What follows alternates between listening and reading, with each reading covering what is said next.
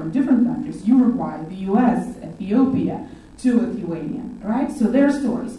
Also their determination to make this country their home, to be here, adapted, and the wonderful things that they did to make that happen.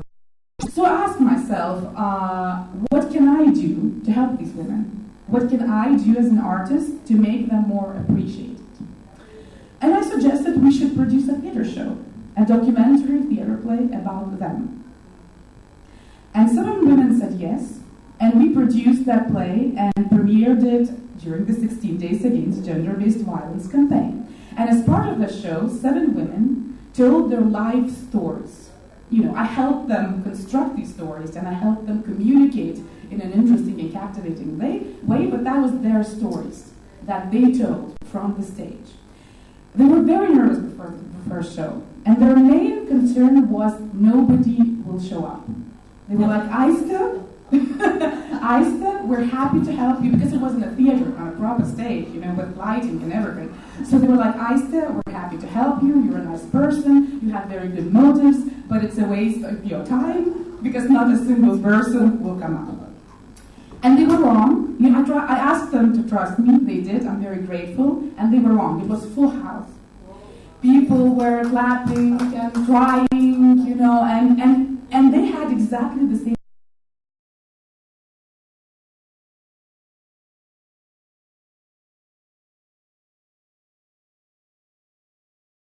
reaction I had. They said, where have these women been all our lives? Why didn't we hear anything about them before?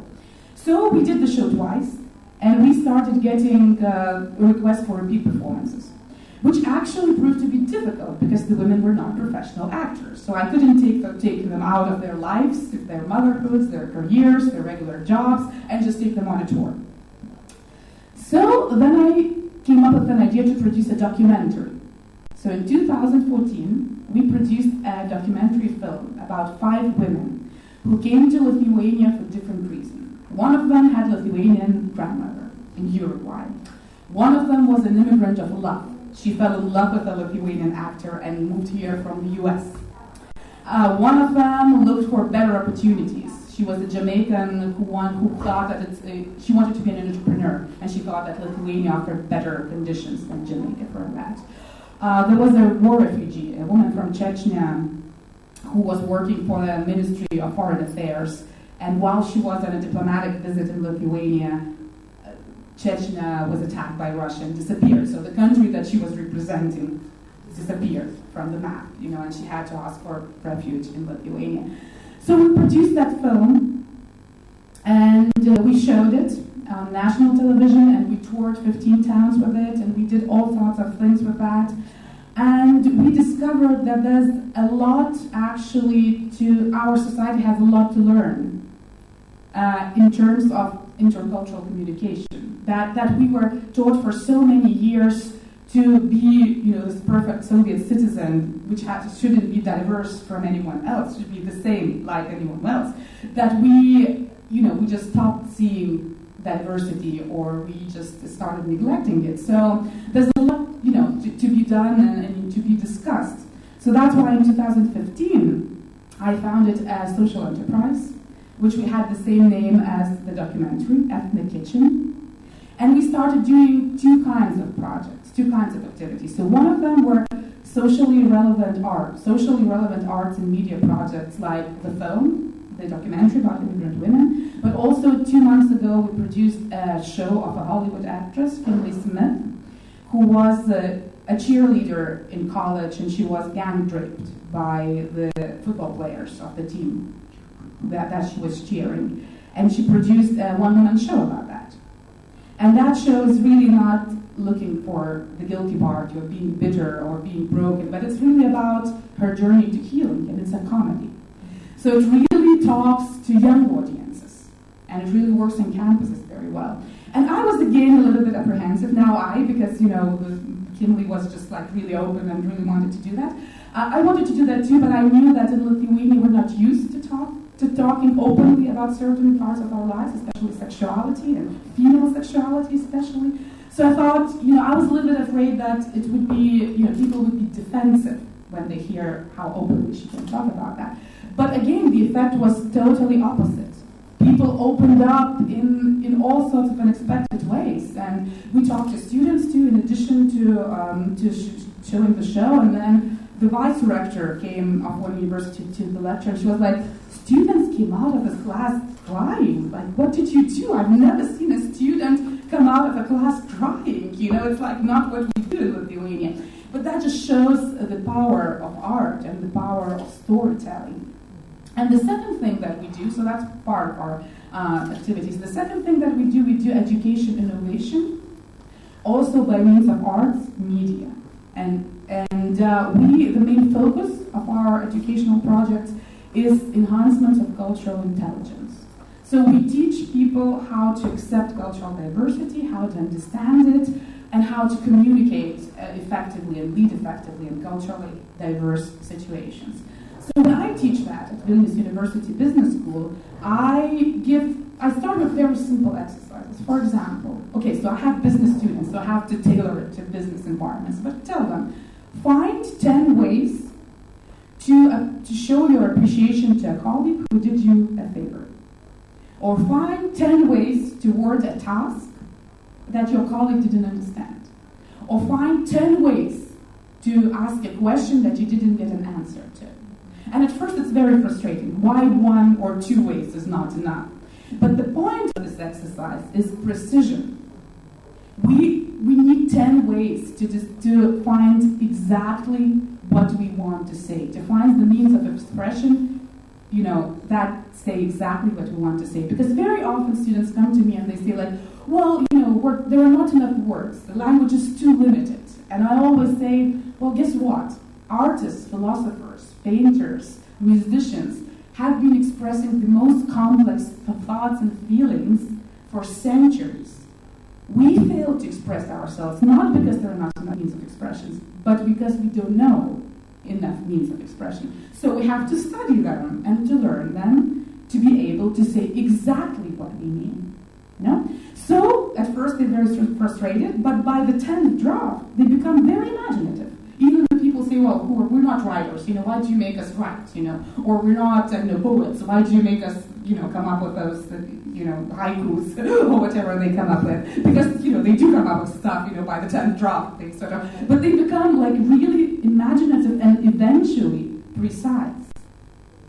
So we have I adopt many exercises from acting and writing. For example, when I teach innovation and creativity, one of the most common things that people say to me when they come up to me, I don't know where to start, I have no ideas.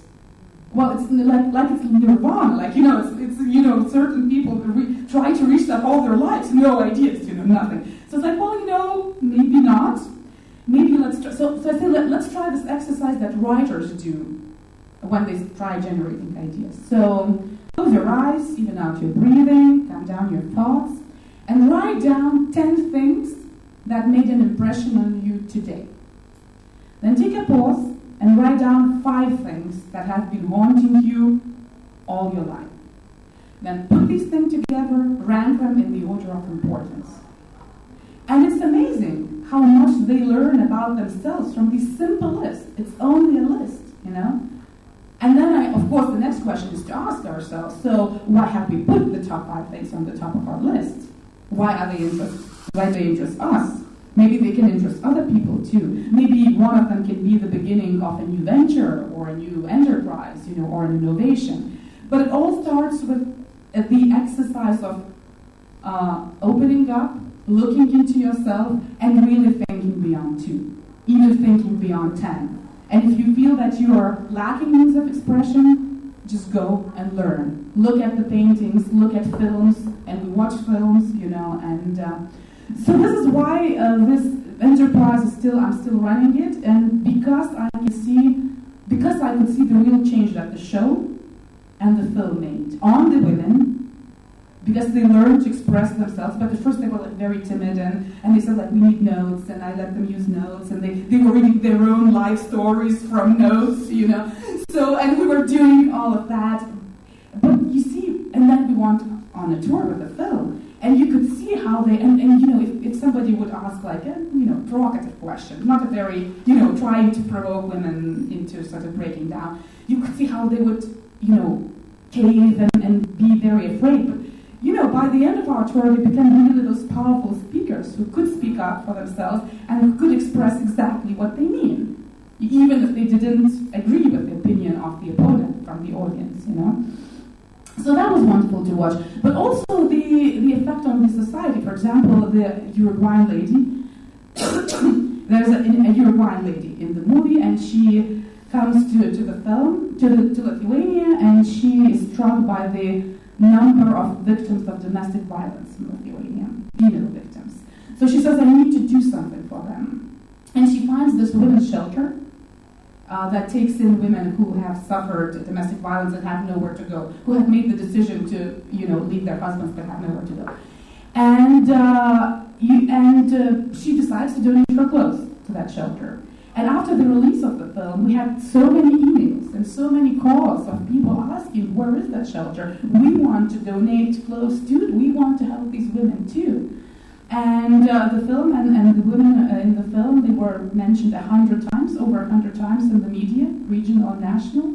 So, you know, we managed to draw the media's attention to the immigrant women too. And I also have teachers of universities and high school teachers constantly directing me and contacting me and asking if they can use the film in their classes. So it's used in Belgium, in a university, in the class of, it's called value pedagogy, but it's really tolerance, like it's an equivalent of tolerance education. And it's used in classes of intercultural education, and it's used in classes of intercultural communication. So there are many angles, you know, through which, you know, you can watch the film. And so this change that I saw that actually my work as an artist could really make on the society drove me to continue using, you know, artistic practices in helping people tell their stories and communicate better and just listen to themselves and to other people better. So that's the story. Mm-hmm. Where can we watch this film? Is it on YouTube? It is. The screener is available on YouTube, and I do have information about that, so I can distribute it to all of you. And I was out when you were talking. Can you say something about the film? Yes. So it's a film. It's a documentary film about immigrant women in Lithuania. And it's interesting in a way because Lithuania has been a part of the Soviet Union for a long time. So I was interested in looking at, you know, what kind of women would immigrate to a country which only became an independent, well, regained its independence 27 years ago. So, but also the experts say that the way we treat immigrants or any kind of the other, it actually puts a magnifying glass to the way we treat each other in the society. So yes, these women encounter certain problems. Sure, it's all there. It's all there. Yeah, and you know, so sure they encounter some problems to maybe a bigger degree than we encounter, but it just shows that these problems, they exist in our society. And maybe because it's easier for us because we have families and we've been living in that society for such a long time, it's easier for us to not notice or to find another buffer for it, you know. But these women, they don't have that kind of support. So that's why they experience this problem in a more severe way. But that shows that it's in general the problems that exist in our society. And I think it really showed, this is a description of the women. And it really, I think, showed how our society treats women in general. You know, not just immigrant women, but women in general. They have more difficulties of being taken seriously. They have more difficulties of making careers in Lithuania. They have more difficulties finding a social life outside of their families. You know, so it's But also, I was very impressed by the effort, how much effort these women, despite it all, against all the odds, how much effort these women really put into making Lithuania their home. Professor, yeah, that's for you too. So that only showed to us that home, it goes beyond nationality, and it goes beyond race, and it goes beyond ethnicity. It's it's something much more deeper. It's the compassion, it's the love, it's the shared humanity that we create for ourselves, and this is what makes home. So if you find that, maybe not in all society, in just a few people, you will create a home. How do you pronounce your name? My name is Aiste, first name, yes, Aiste, like Aiste. And last name is Takowski. Yes, so it's all in there. And thank you very much for your attention and for your stories. So if you, I don't know, we lost our moderator, it seems. Later in the day, we'll left our own devices. She's like, I cannot handle that anymore. That's it. No, that looks to me like a nervous breakdown, like when you're just like, without anything else. She's so tired because of all the confusion. She was trying to handle so many. I know. It's been tough on her. That's what I'm saying. It looks like a nervous breakdown. When you just drop everything and you just run out. And you're like, that's it. You deal with that. Yeah. You deal with that. Okay, thank you so much. Thank you. Questions? Yes. Okay. Please. So first of all, I am surprised that Aiste, I am also from Lithuania, she's so talented. I just want to make an introduction. Professor Podolorina used to be my teacher of contemporary American literature at Vilnius University. Yes, a very, very special person. And also then she was a member of parliament. But I want you to invite, because we are creating this All Ladies League in Lithuania. Oh, really? So, Okay. yes, so I represent this Yes. little group. Wonderful. We haven't started our activity yet, but I would like you to suggest some new topics. Let's say elderly people, LGBT, Yes. reproductive rights, women, family planning. Yeah. So there are so many issues. So after this talk, I think we'll stay for some time and discuss. Thank you. Yes, and age actually was a little bit touched upon because women it was sort of like tentatively touched upon, but the boldest, and if you watch, I hope you watch the movie now, the boldest person was the Jamaican lady. She was over 30, she was in her early 30s, and she came to Lithuania to study her master's degree, to study for her master's. And she said, I felt like I was the oldest woman in the world. She said, because she was like, in Jamaica, we respect old people, we respect senior people. We think they have more experience, they've seen more life. And in Lithuania, and that was her words, I'm just quoting, so quote, getting old is like a mortal sin, she said. That's right. I am now a pensioner. So you could make a film about people of my age. The society does not need us at all. With all my professor experience. Like in India, I face Like in India too? in India, I face the problem. I'm 66, and if you don't behave like a 66-year-old person, which is that you should be so occupied with your husband, your children, your grandchildren. Diseases, yes. So if you dump all these things and you do as I do, you are completely, you can get depression and die. That's right. And to fight, to fight that nobody understands when I keep cribbing, I go on and on and on and on like this witch out of somewhere saying, why am I here? Why is this husband here? Why are these children coming? Why? And everyone looks at me and says, don't you see so-and-so? She's going to church. And don't you see somebody? She's going to the church. She's so calm. She's so nice. And she's so sweet. And she's looking after her kids. And she's doing everything. What is your problem? You should just step up and take it all. I keep saying, can I just wear You know, Exactly. it's a big conflict that you have to behave in a particular way as a woman when you... And I think that's part of the problem, you know, that's part of the problem that I wanted to show in the film, because when you come from different cultures, you don't know what you're supposed to behave like as a woman, you know, you like... And then suddenly, and there's this wonderful, like, this American lady, she was a young woman when she arrived in Lithuania, and they were getting ready for a show.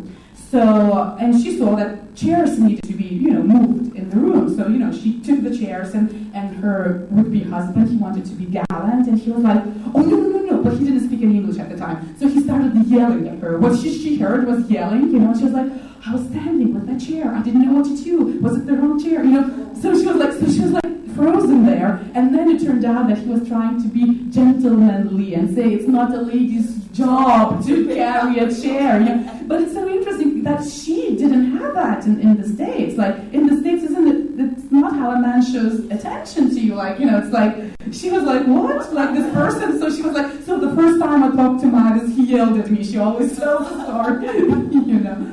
But it's, yeah, so the age too, and that was a very short episode with the Jamaican lady that I was telling you, but everyone in the audience was so touched. You know, I even thought, you know, maybe it's too subtle, maybe people will not pick it up, but every woman, especially like, you know, 50 plus in the audience picked it up, yeah. Well, and it's not just behavior expectation. I live in North America. Canada's, you know, got a bit of an issue, but it's even more so in the United States. The invisibility of women over 50. Yes. And the insistence of, you know, I think about being in California, walking down Montana Avenue and seeing this species of woman that you just kind of go, oh my. And they've all had their face plastic surgery. The hair is blonde no matter how aged they are.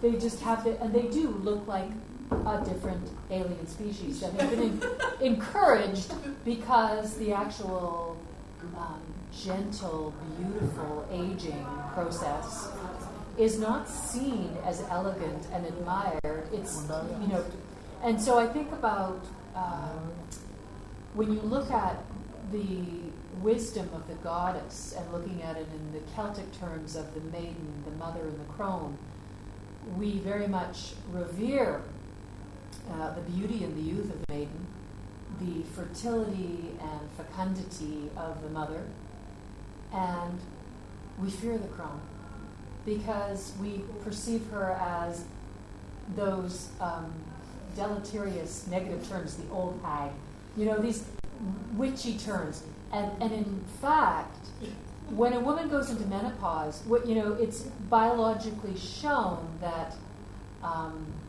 for 2 weeks of the month, you go into this time of great, with hormones levels, of great wisdom, but then when we stop bleeding, we're in that place of wisdom all the time. And to mine the gold of that, I think is the new frontier. Do I have an amen on that? Yeah. So I think that's a topic, really, that with our societies that are, there's such huge portions of this, of every country, of women and men that are elders, that to sit at the knee, you know, we should have the memes on Facebook, you know, grandmother, I want to sit at your knee. Will you tell me the secrets of the world? You contain them all. That's what we need to go to older women with, to respect and revere them. And the thing is, why I said I'm scared of adults, is when I stopped dyeing my hair. Yes. You know, or every friend of mine, every person looked at me and said, Anita, what happened to you? Have you suffered some kind of shock or what happened? Why did you stop dyeing? And my child, on the other hand, when he saw me, or a little boy, he looked at me and he said, what's wrong with you? I said, why? He says, why is your hair white and your eyebrows black? I got it. He understood it. He didn't care. Why? He didn't say, oh my God, why you got old and haggard and you're good. He just looked at me, laughed. Because it's the most striking combination. It is. I think it is the most striking, beautiful combination. Whenever any adult told me, why you look at, I said, you know, take the example of the child. Don't keep on at me. Oh, what happened to you? Why are you looking like this? Why is your hair all white? I said, that child came out with this. Now, I went for a wedding to the US, and my sister's daughter was getting married, And my hairdresser in Goa, she said, Anita, you need to freak out a bit. I said, sure, I'm ready to freak out anytime. She says, color your hair. She says, color your hair. I said, no, I'm done with that. She said, no, we'll make it blue and pink. I said, sure, everybody's turning all the colors. So she streaked my hair with blue and pink. No, I have it. I showed it to you. Blue and pink, and you won't believe it. When I went to the US, I had this whole bunch of people telling me, you know, you're in, you're trending, because that is the new color streaking out here. I said, yay, I made it. So then I think that what you were talking about, but that's exactly it. Art, being expressive through art, to be free, expressive, authentic, brave, bold. Yeah. And even what's happening here, like when we were going with that movie with, to different Lithuanian towns, they're like, oh, so we're going to have an after-show discussion. And in Lithuania, like, there's this prejudice about after-show discussion that nobody ever talks, Like, the moderator is the after-show discussion, And I was like, okay. And never, I could barely say a word because this was happening. After people watched the film, like, everybody, like, there would be, like, a crowd of hands, and everybody would have to, oh yes, and I can respond to her, experience, that experience, and that. So I think that's also one of the powers. So you're a catalyst for this. Thank you very much. Thank you for saying. The moderator is not there, but we have a photographer. Yes. So we can take a picture. Please, group. Yes. We did speak, so I thought we make use of the situation. Like we have a photographer. We are our own audience and moderators. You sent to us somehow. बस एक click करके आ रहा हूँ एक minute रुक लगा रहा हूँ Yeah, look at and you have the background. Yeah. Wait 1 second.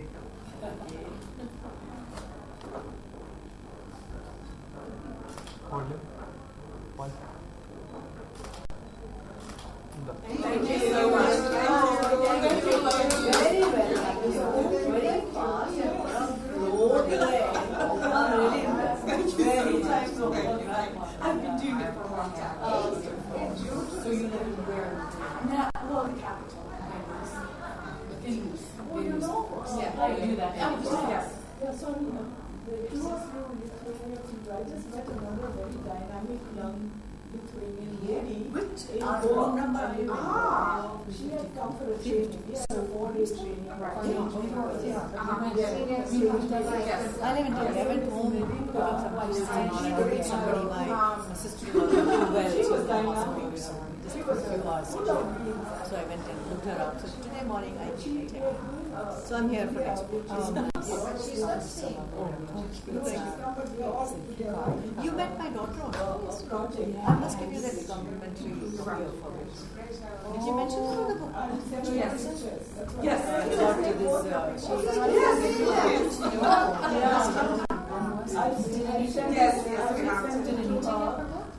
About So shall we go to what is the title? Just so that they know that. Oh, but the thing is, it's about Indian mothers when the girl turns 25, please, my daughter's not married. Thank you so much. Will you send it to us? It's the emails here. No. And then I can you send to me. So yes, but I was online and things like that. That happened with my daughter. So yeah, so So I went, yeah. very honest. And then and things turned out like this episode, with this boy. He kept saying no. I said, what's wrong with you? Why can't you? She said, Mom, I have to spend my life with him and all with this problem and that. Oh my God, I have to give you a call. Well, I'm going to take off a copy of it, and I have a 25-year-old daughter who doesn't yet. Well, she's a boyfriend now, but she's been through a few. Yes, no. And my son's still He's very well.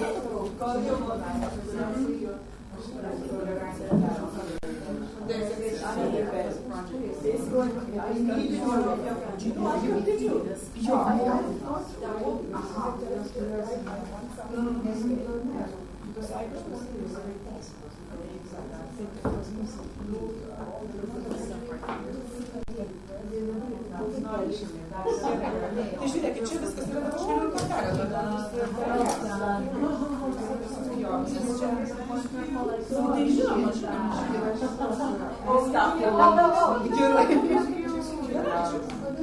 aš žinokit sutinku visose, kur ideologiškai teisingos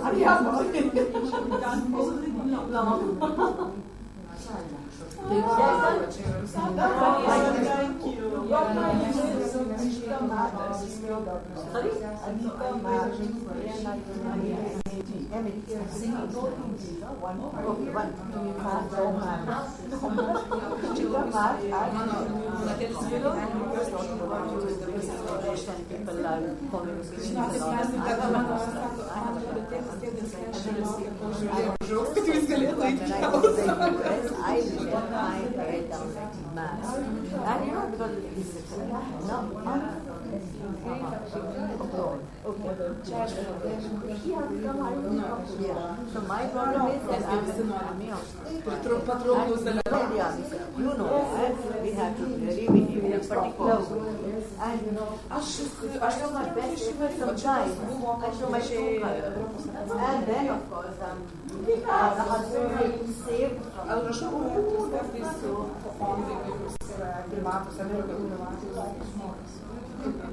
Tai va, tai platformai dalyvauju. Nu, aš ne viena Aš manau, kad reikėtų.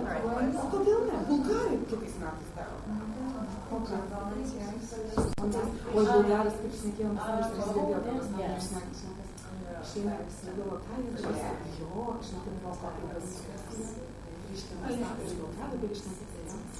man išeina ir sako, aš aišku labai neįsiklausiu kolegas, bet aš norėčiau taip dėmesį jūs vienas faktą taškiną. Nu, žodžiu, ir pralaidžiu, žodžiu, mes visi darom. Nu, žinau, pasižiūrėjau, o ką jūs darau? Ir sako, pas mus Hello. Ieškai moteris, kur čia tu ir jie turi šitą, tai mes čia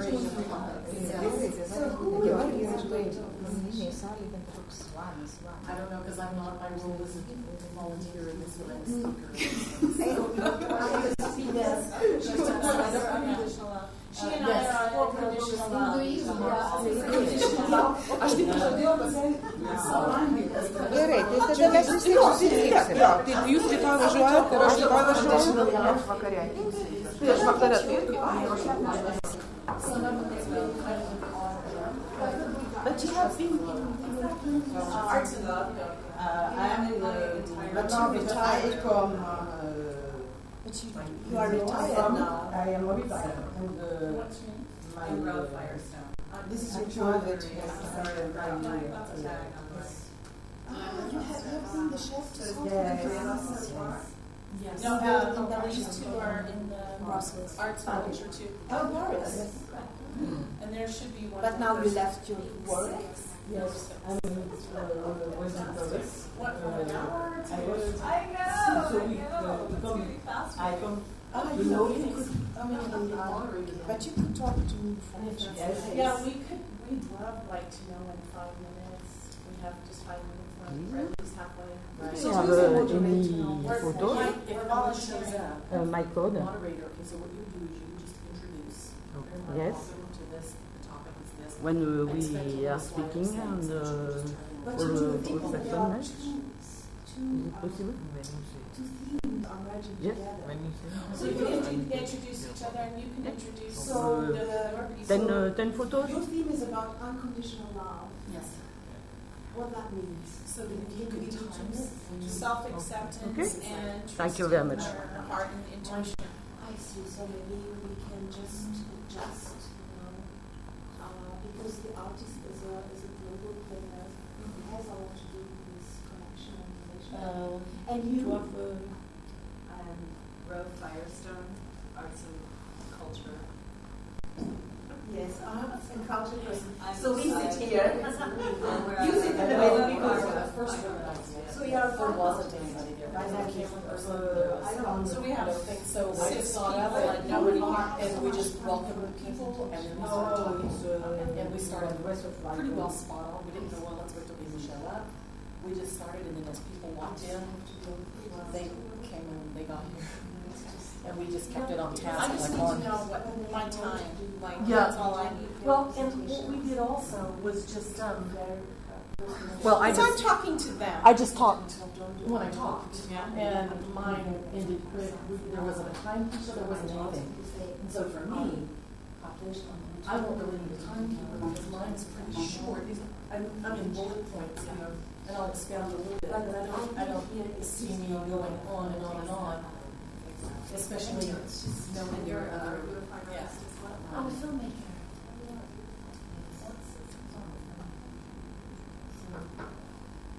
But nobody's here.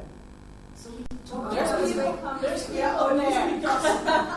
There's people there. So we talk to each other.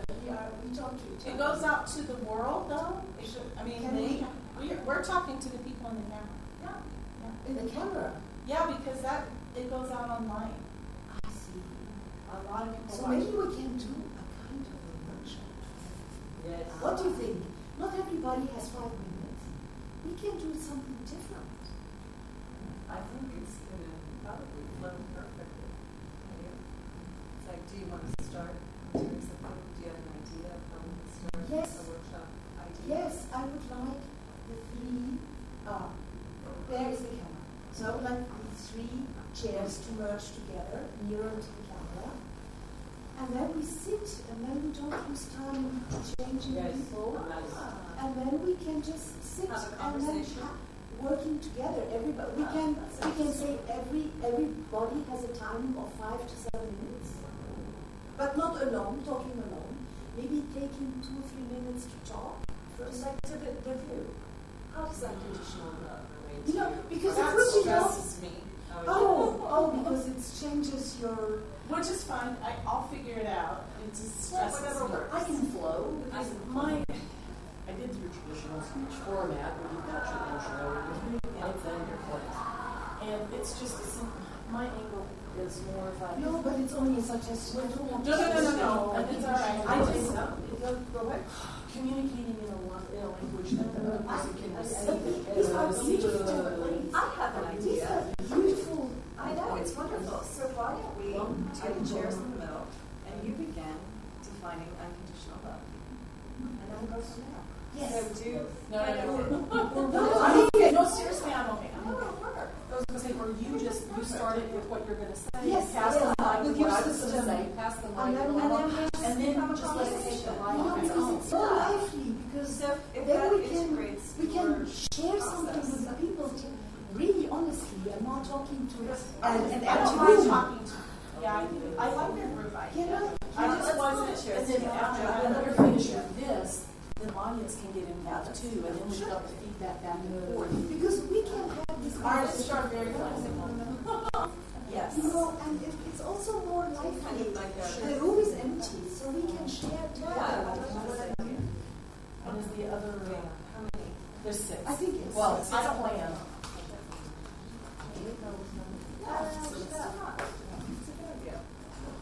You know, to not speak to an empty room, but we can speak to the people who are there. If we don't see it as an empty room, we're just speaking to the unseen and beyond too. And then also, yes, we don't go like this. We just go like this. So we can just, because it's an interesting thing to merge unconditional love with the artist work as a solo player. That's the root of my work. So we are changing the system because, I hate this talking 5 minutes. I don't want to talk 5 minutes. No, here's the takeaways. It's much better to be in a more lively way. Well, it works on the view, it works in the media, so why not? Yes. But I don't want to stress her, so she No, can start. I'll be okay. She can start as she is planning. I agree. No, I'm really okay. So, And then I have these hearts for people to make. so need some. Does this work for you? Oh, yeah, I'm kind of like good with Okay, and actually I would say we tighten up because on camera, things need to be Because the tighter. room is empty, so to try to find an idea. Can I get also a Yes. what, sorry? 6, 4, 6, 6. Can I get also a heart? Here, I was bringing her to you. So I brought the seats tighter because I'm film. Yes, Tight works Yes. better. I was Right? trying to think Do you have all 6 in Yeah. Yes, he says yes. So what I could do. So what is the difference between yes and no? And I have a what is the no? Can you tell me? Can you show me the no? No? Can you show me the no? So I'll just break it up. I say So what is the no? Can you show me the no, please, with your hand? no.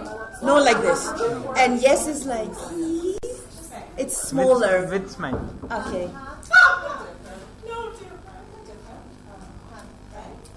So maybe she can start, and then she can start, and then we go from there. So what do we do with this extra space? If number 6 is Oh, here, why don't we we just take it out? Oh wait, let's just So yeah, so I can reposition that and pull this one out. Yeah, all right. How is that? Can you see us? Okay. Better. Are we all in the same picture? Yeah, yeah. More of this. Now we know what we're doing.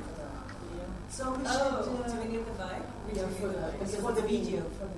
I love how you say Huh? That's why I'm going to say video. it's a beautiful word when you say it. Oh, this is my handcraft. So I'm gonna Shall we- she will start, then you, and then we will just go. How about I'll do a general introduction and then everybody say their names and then the mic to you. All right. Here we go. Ready? We're ready. It's like I've been ready forever. Our screen. So, hello everyone, welcome. We are creating our own format of wonderful women for Women's Economic Forum here in Delhi, India. And we are combining 2 topics into a wonderful workshop conversation for you and all of the amazing people here in the room. Thank you for being here. So let's begin by introducing ourselves. I'm Julia Norris from Canada. My company is Solutions for Life. I'm Marie Bukasic-Wallace from USA, Marie's Gold. I'm Ro Firestone. I've created The Empty Womb, which is a movement to begin speaking about the silent conversation of women's infertility from the United States. I am Marie-France Cardona Duréo. I'm from Paris in France, and I'm retired of Ministry of Culture. I'm Iman Kamel. I am a filmmaker, an artist, a healer, and a cultural activist. And I propose this alternative way of working together. So let's start. I can give the microphone to you. So it's nice to meet you today. I wanted to tell you that I'm going to leave you with 2 things. One, how self-acceptance and trusting your heart and intuition or your gut, and how that assists in unconditional love. And when we accept ourselves, it goes from us out to our families, out to our communities. It ripples way out into the world, and that's a beautiful thing. And I thought I would start with a short story. I had my hand on the church door, and I knew that I needed to change my life and to change what was going on with me. I had a broken home, I had 2 failed marriages, and I had someone on my left, Kendra, and Kelsey on my right. That were my reasons for wanting to find some answers, and I needed them now. And it was these 2 little girls that brought this beautiful lesson for me. And as I entered into the church, I felt eyes burning on me and judgments of, you are not enough, and you, how could you be a mom like this? How could you break up families? Just lots of judgments. And I just wanted to crumble to the floor. And these judgments were piercing to me. However, the smart side of me, or my gut side, the intuition side, said, those are just voices. What can I do to change those voices? So I did a daily practice of self-acceptance and learning to love myself through reading, education, any ways or means that I could do that. And as moms, we know that when we do this for ourselves, it's something that we can give to our children and our communities. From that, I heard this poem. It's a really short poem from Mary Oliver. Actually, it's longer. The piece that I remember the best is, you do not have to crawl on your knees for 100 miles repenting. You just love that soft animal body of yourself. And so that let me know that I don't have to be all these things. I can be human. I can fail. I can love. I can grow. I can learn. And I can be a better mom for my children. And it was so important for me to have that love so that I could change their stars and their future, and they wouldn't have to go through that. And from that daily practice for my children, I would have these boxes that had a top cut out from them, and I would drop in notes every day of compliments that you're beautiful, you're wonderful, you're wise, and just something that they did well that I noticed during the week. Or I'd put sticky notes like the ones on your table and let them know how awesome they were, even for my husband. And I'm happy to say that in July, I've been married 20 years unconditionally to a beautiful, wonderful man. But it was trusting my heart and my gut, learning as much as I could, and going from that knowledge of self-acceptance, right? Rippling to my family, rippling to my community, and rippling into the world. Can you imagine a world like that? It's, this is really interesting because you mentioned the poem. And I think the artist, the modern artist today, really, she or she wants to connect to the world. So she goes out to the world and she collaborates with different artists, with different, styles. And through these collaborations, she starts to build like an ecosystem. It can be under the ground, it can be a grassroots level, but it is strong enough to move things from the up to down. Then it is not a policy making, it's not cultural exchange, it is from the grassroots, a strong movement that can have a real impact. Just starts from home. Yes.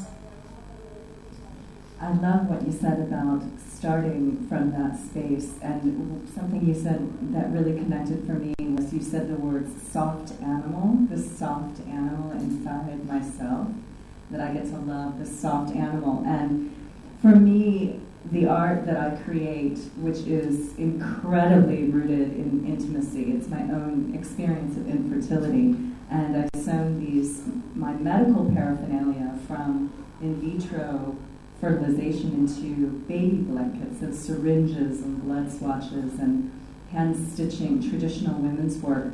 It's deeply, deeply intimate, and we're talking about combining unconditional love with moving society forward through the arts.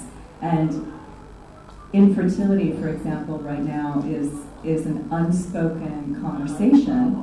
And so by my loving my soft animal, and the most unconditional love that I can give myself is moving through the grieving process of not being able to have children, and honoring that soft animal inside so that I can put forth this work that will support and has supported already thousands of women. So I love this topic of unconditional love and our arts and how that combines. Could you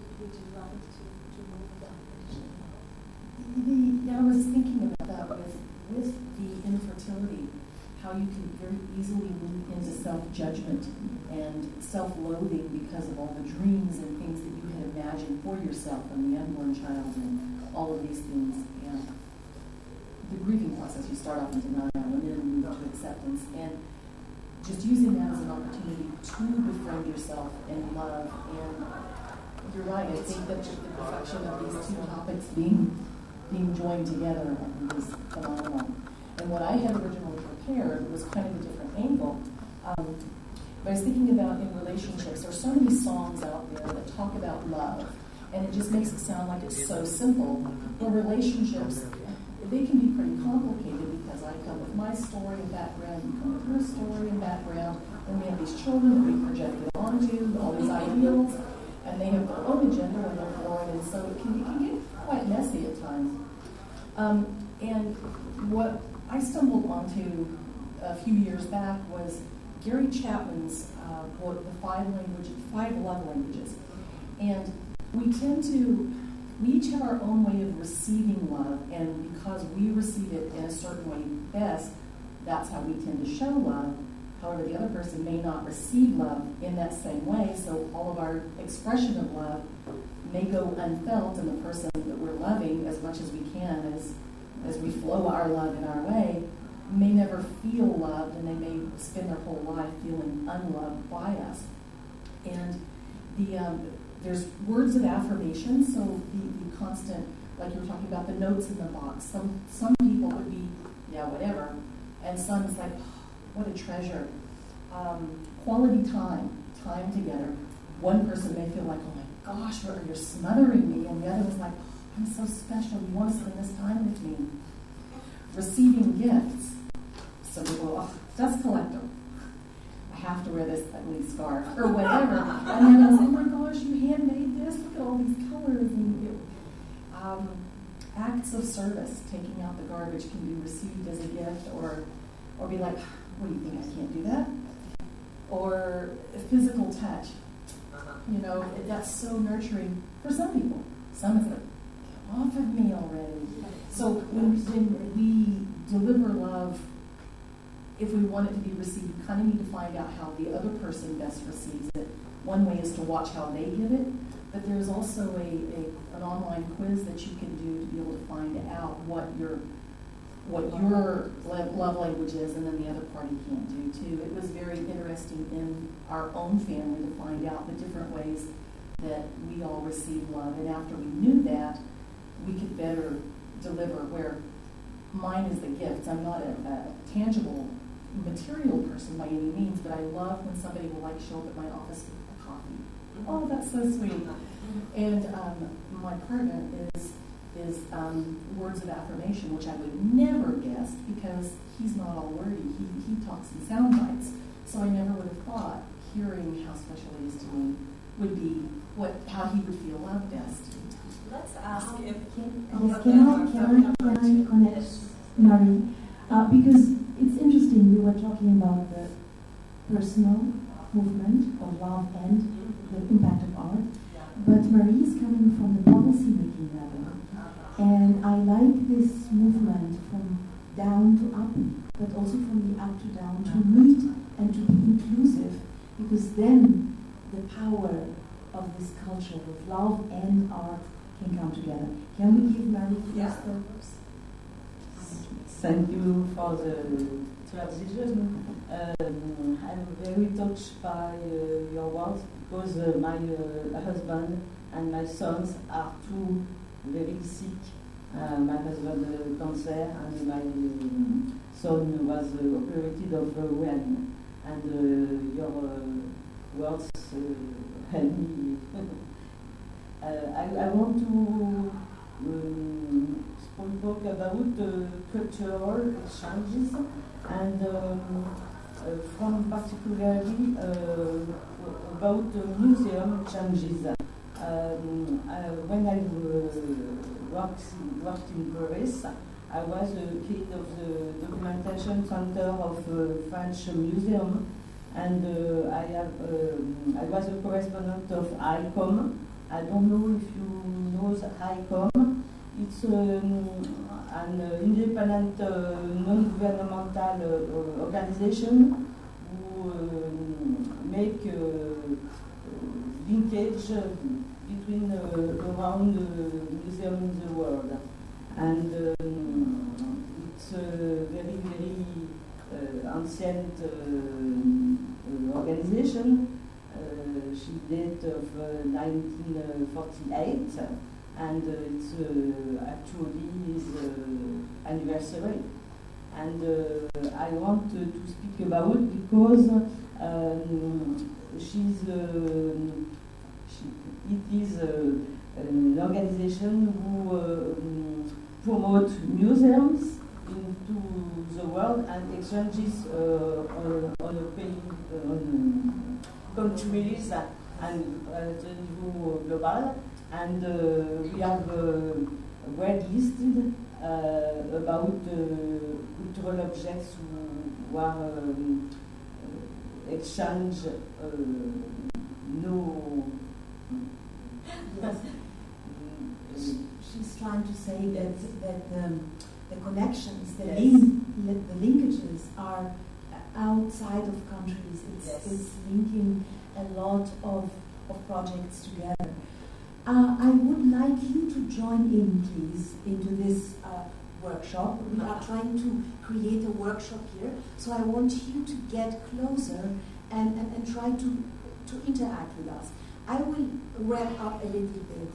What happens here that we have two subjects are merging together in a very interesting way.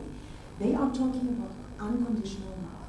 She's talking as an artist going through a very deep experience that I have also, and this is the infertility and working art that has an impact on many people. She's saying that a lot of women were empowered by her work. And I, as an artist, I feel that I'm a global player. Why? The thing is that I'm not only an artist, I'm also a healer. I'm a homeopath. And 2 years ago, I started international relations, and everybody was asking me, what the hell are you doing? What the hell are you studying international politics, negotiations, macroeconomics? And I tell you why. I think that the level of culture and the level of arts and the level of policy making, politics, has to merge with arts and culture on the grassroots level to bring this inclusion, to bring this movement to something that I call healing. Because I'm not talking about one society, I'm talking about the Earth society. So, do you have any questions? Can you relate to what we are talking about here? Yes. I have a friend in San Francisco. She's an artist. And she helped many war veterans to, with art, she healed them. They were like mentally, not physically, mentally they were shattered and they were in bad shape, on drugs and on the street. But she worked with them and they were so healed, and the county then hired her to help others. This is one of the this is one of the wonderful things that I know about the arts. What this wonderful woman here has said is that she has a very good friend in San Francisco who works with war veterans, making art, using the arts to heal them, and they are actually becoming healed from their drug usages, and addictions, from their health maladies. And one of the things that I find interesting about incorporating my love and unconditional love into my artwork, which is not always respected in the contemporary art world. It's fascinating. This is a little joke I have with myself, because in the art world, I'm told to remove myself as far as possible from the work. So if I'm doing a still life of a green glass, by the time I get to a purple canvas of resin with sparkles on it, somehow it represents the green glass, because I'm supposed to remove myself. What I've done is the exact opposite. I've used the most intimate things, which were the needles that went into my body and made baby blankets out of them. And what I know to be true is doing this is enabling people to connect deeply with the work. I've had women come into my studio and break down saying 20 years ago I had this experience and I never healed through it. So our work being deeply love-oriented, for me, my question every day is, how can I serve today? How can I serve today? And my work serves from my heart to whoever it's supposed to appeal to. And I feel that that is actually real contemporary art. I wanted to say I'm a poetry therapist, and last night they were talking about the collective wound and how doing group work will help assist those collective kind of wounds. And so in poetry therapy, very similar to art, you use this poem as a way of communicating and talking and getting feelings out, and then it goes into the heart center. So then you use the group's collective wisdom to come in and start asking yourself questions. There's also a little bit of accountability, because when you're in the group and someone's being vulnerable and sharing themselves, then they automatically start looking inward, and they also, like you were saying, is change their perspective. Now they're understanding that someone else has the same kinds of feelings and hurts as they do, and they are relating. They're like, oh, you had that happen to you, it happened to me too. And then you don't feel like you're alone, and you feel that you can connect, and it's very healing. And that's inclusive. Yes. You know, it's interesting that you are talking about this, because I have been working the past 5 years about the film about the women in the revolution. And there were a lot of traumas, gang raping, prison, and there were so many things. And I actually didn't work like a documentary filmmaker. I actually used the arts, like poems, visual arts. And it's interesting, I have shown this film back to Egypt just now, a few days ago, and people are connecting with it exactly as you say, because they feel that the wound is not their own wound. It was kind of a community wound, and then it makes it the healing process. You feel that there is a community working not only through political activism, but also through the art and also through the healing process, you know. And I think that the inclusion that we are talking about is not that you are here as a policymaker and you are here as a mother loving and you are here as an artist. I think that you need all of them to the table to move this. From self to the world. Yes. Exactly. And that, I believe, is where many artists and folks who are in the art world want another to represent them. But if we come from our conditional love, if I, speaking for myself, come from my unconditional love, making my art form that touches other people, and that spirals out, at one point it integrates in society to where it has to become policy, because there's a force, often people say about the work that the empty womb is, which is the name of the project that I'm working on. It's a tidal wave that at some point will inevitably empower policy. And you were talking about this project is connecting a lot of countries, so it's not only European countries. And even in Europe, and also even in Europe, there are so many cultures. Could you like to talk how? Yes, please.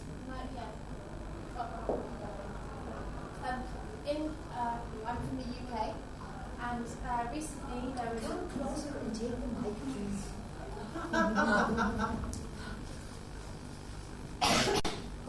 Hi, I'm from the UK, and recently there was a gentleman on our radio station, and he was.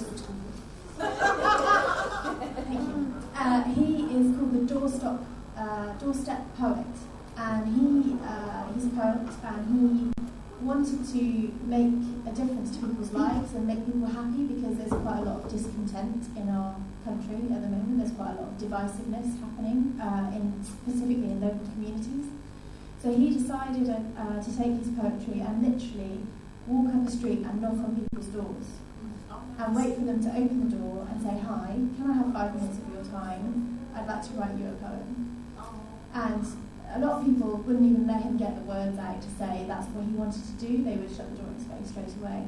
And occasionally people say, "Well, that sounds interesting, what do you mean?" And he said, "Well, just tell me something that you're really passionate about or really excited about or really happy about, and I'll go away and write you a poem and I'll drop it through your door tomorrow." So it is, and it did strike me as something so unique. And it is, like you say, it's breaking down those barriers. So he's doing something of his own, and that is an unconditional love type thing, because he doesn't know these people from, they're complete strangers, and he's literally, but they're also his neighbours because it's in his city. But he's now growing that to a bigger, wider audience, and kind of breaking down his barriers and doing just something because he wants to make somebody else feel happy. I just thought I'd share that. I love him. I think it has something to do with the force of energy. We know this from the quantum physics, that there is an expanding movement. And I think all the religions started with one person.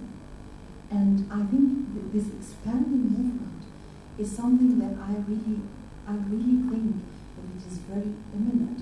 You don't think that you are alone. You don't think that you are an artist working in a studio, because then when you go out, you will have to be accountable for this work. And then you have this impact. You wanted to say something? Yeah, please come and come here in the center.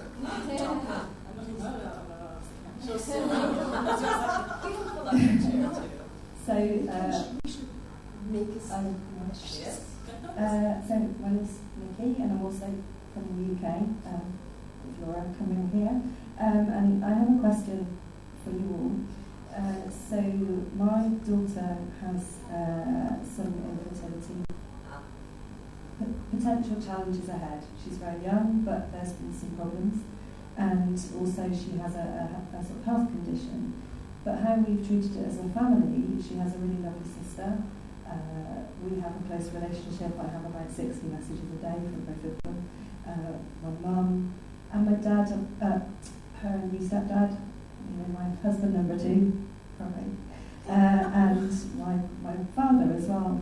So we have a very good support network to support her, and sometimes we just have to hold the space for her and say, this sucks, and have a hug and have a heart and here's a present and everything else. But I'm conscious that a lot of people don't have that at all. So the question is, how are you reaching out? How are you, like you say, with the post-it notes and the hearts and in the families, but how are you reaching out to those larger audiences, like say through policy, but also other ways? What other ways can we come up? Can I ask you to, because we have to be very democratic. Yeah. just do you have an answer? Oh, she's the expert. All right, when you're ready.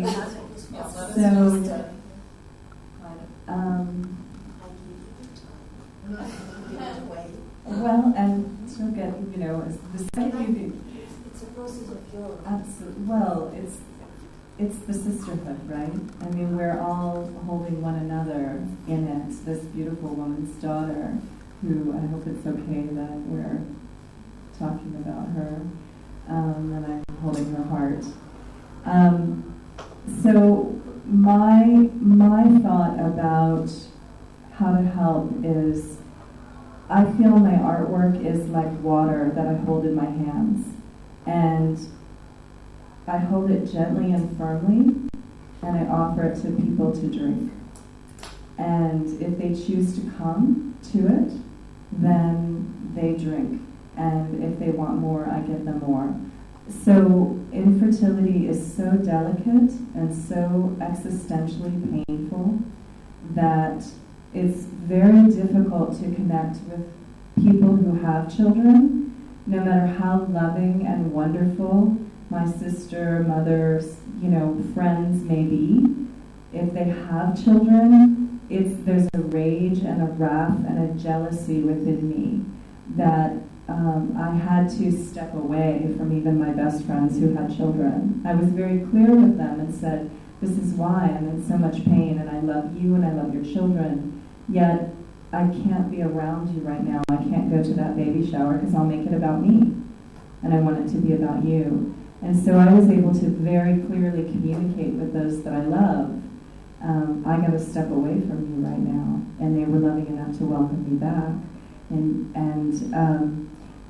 And for me, the whole mission of this project that I'm doing is to provide catharsis and resources for people undergoing infertility so that they can find people at the same state of, same phase, so that they can communicate. So I'm creating an online resource base for that, and specific counselors and doctors who specialize in fertility in vitro. That's a bit of a long answer.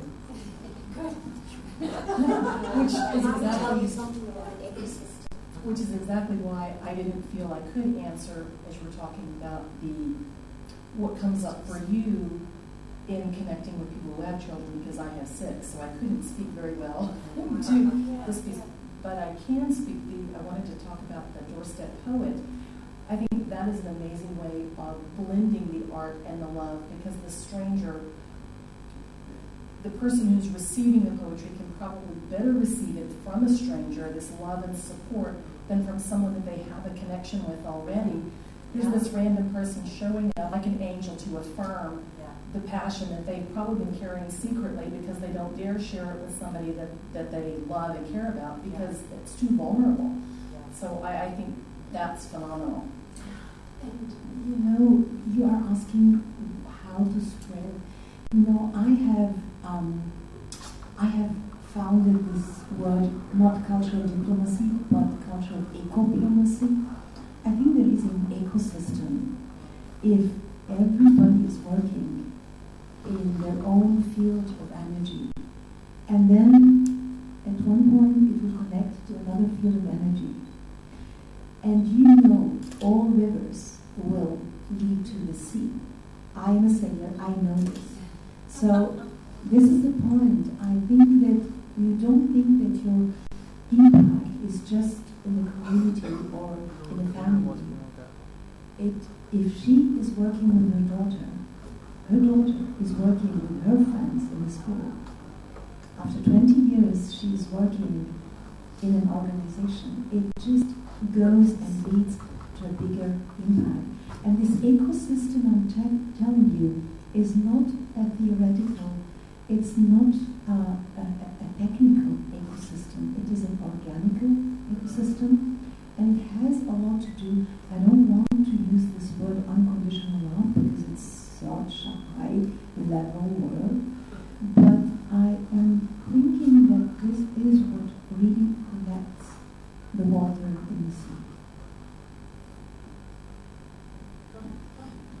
I was just going to say, my daughter and I, one of my daughters and I got to go travel Europe just before I came to India, and all the artists that would get on the bus or the metro and play their music and just bring joy to that moment. I mean, I just think that if each of us does our own part, like you were saying, each of us has those talents and abilities that as we share those and they ripple out, it does go to the same big body of water. And at the end, I want to read a teeny tiny poem. So, yes, next. You wanted to say something about this. I can try to translate from French to English. My French is so bad. So maybe then I can try English, and then if you lose yourself, just because she was prepared something. Yes. Thank you very much. The organization of ICOM shares humanity of the universal value of collection conserved in museums. ICOM contributes to the knowledge and the transmission of identity and heritage values specific of each culture. They must face unique challenges related to their social, political, and ecological environment. The organizations shares with humanity the universal value of collection conserved in museums. ICOM contributes to the knowledge and the transmission of identity and heritage values specific to each culture. That is the point. The social political, the cultural, and the ecological, all these systems, they are connected. That's the point. She is working through. You don't like us? It's not connected? So, can I try to close? I think we are closing, no? Can, 5 minutes. So everyone has 1 minute to close. I'm trying to close here. That's it. That I don't really separate the personal work from the social work, from the political work, from the cultural work. And that's why I'm not really defining myself as an artist or as a politician or as a policymaker. I'm just simply defining myself as a human being who's trying to connect these movements together.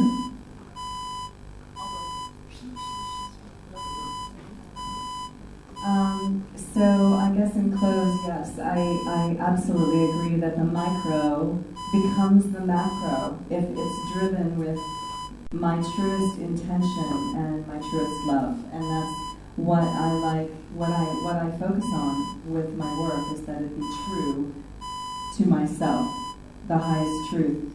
And to learn more about it, it's theemptywomb.com, theemptywomb.com, and Roe Firestone. I do have business cards and things about the project. And if there's anyone that you know that this project can support, or a venue you feel it's appropriate, I'm also doing a book with a Johns Hopkins professor on the existential trauma of infertility and brain science. And there's a film about the project as well by Betsy Chassey, who produced What the Bleep Do We Know? So it's becoming its own movement, and I'm grateful to serve it and all the people out there, the women out there that it serves.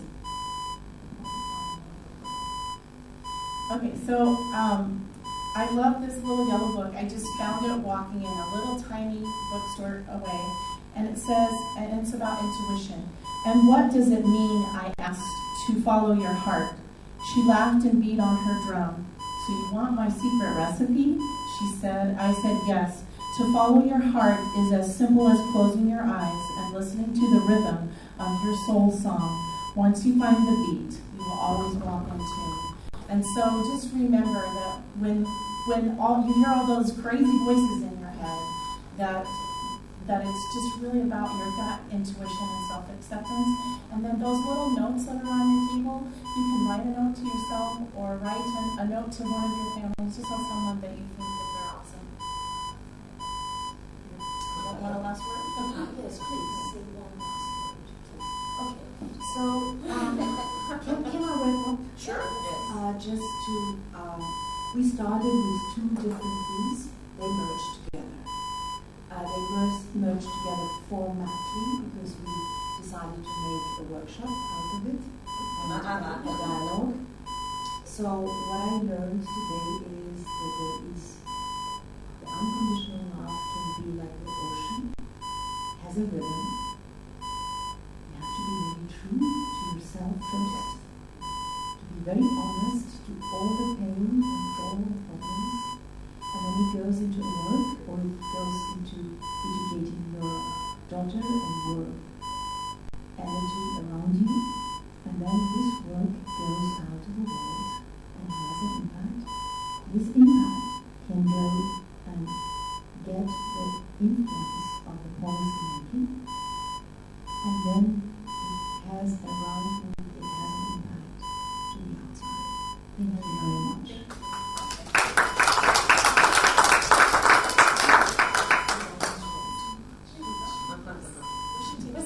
Genius.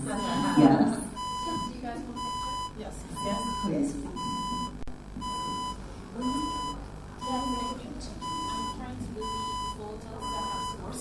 Brilliant. I can do it. Alright. Yeah, we can share. I'm good to go. And maybe I'm going to just about some practical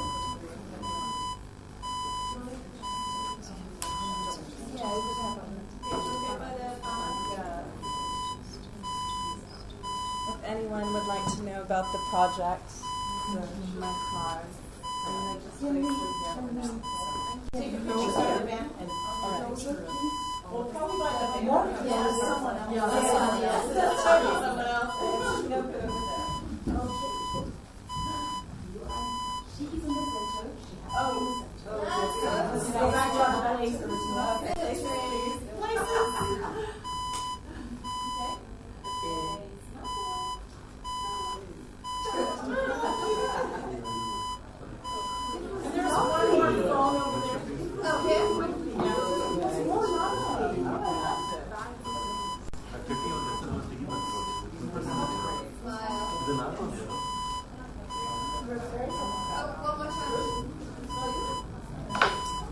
Thank you. Yes. To get over that little issue.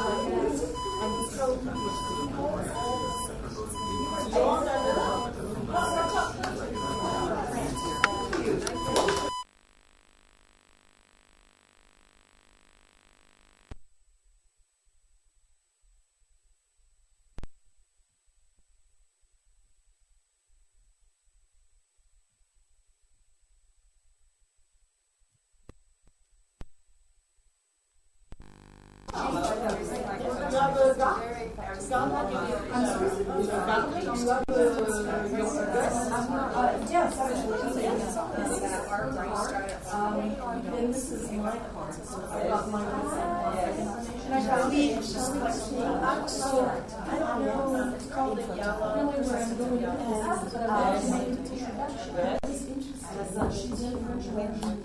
And I'd love to see if she has the other. She did. So I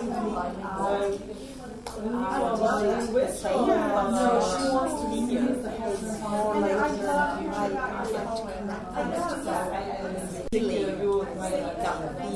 So yeah, I'm just going to grab my card.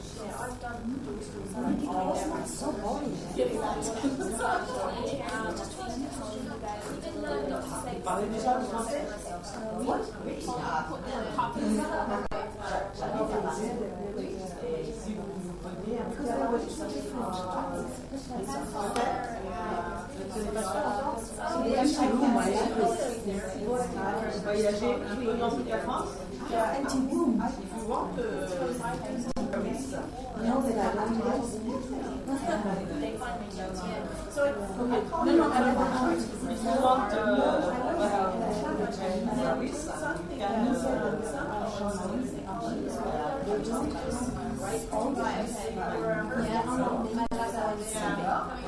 So he said, I'm not speaking French.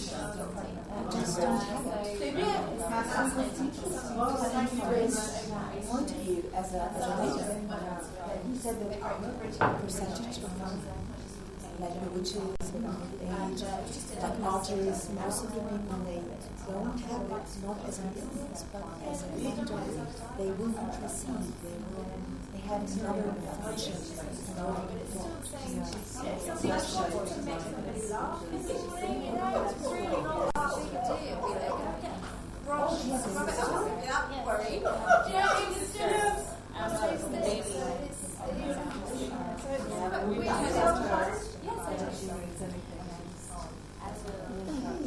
So we did it. And the other poem is by a really famous poet called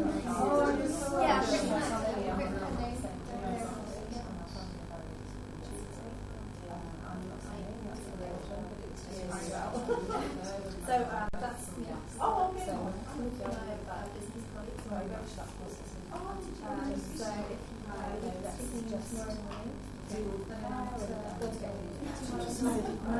So if I'm back, I can go. I can separate.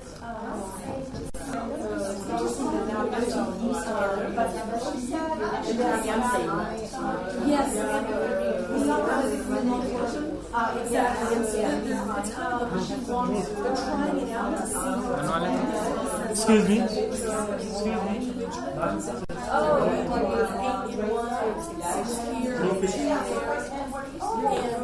if they're merged, Excuse me. Blue photographs. Come, ma'am. Excuse me. Ma'am, come. Yeah.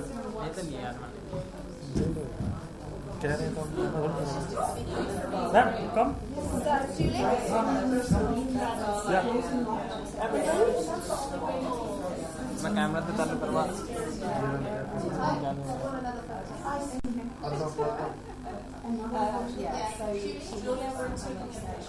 Okay.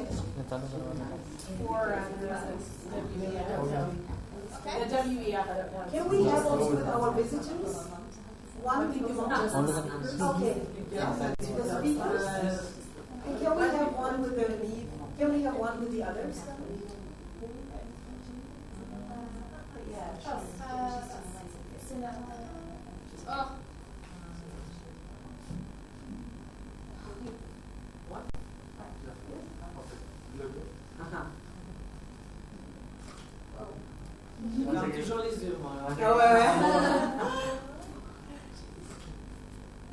You have to make many. Because of the eyes closing. Yes. Please come.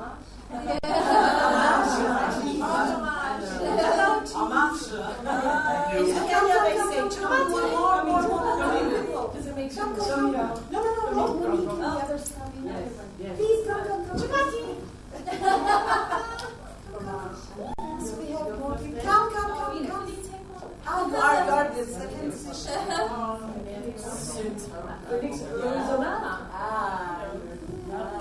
The bigger ones that go behind. Yeah, look at Yes. this camera. Yes. More. Make more sisters. Okay, both. Look at. Once again. Yes.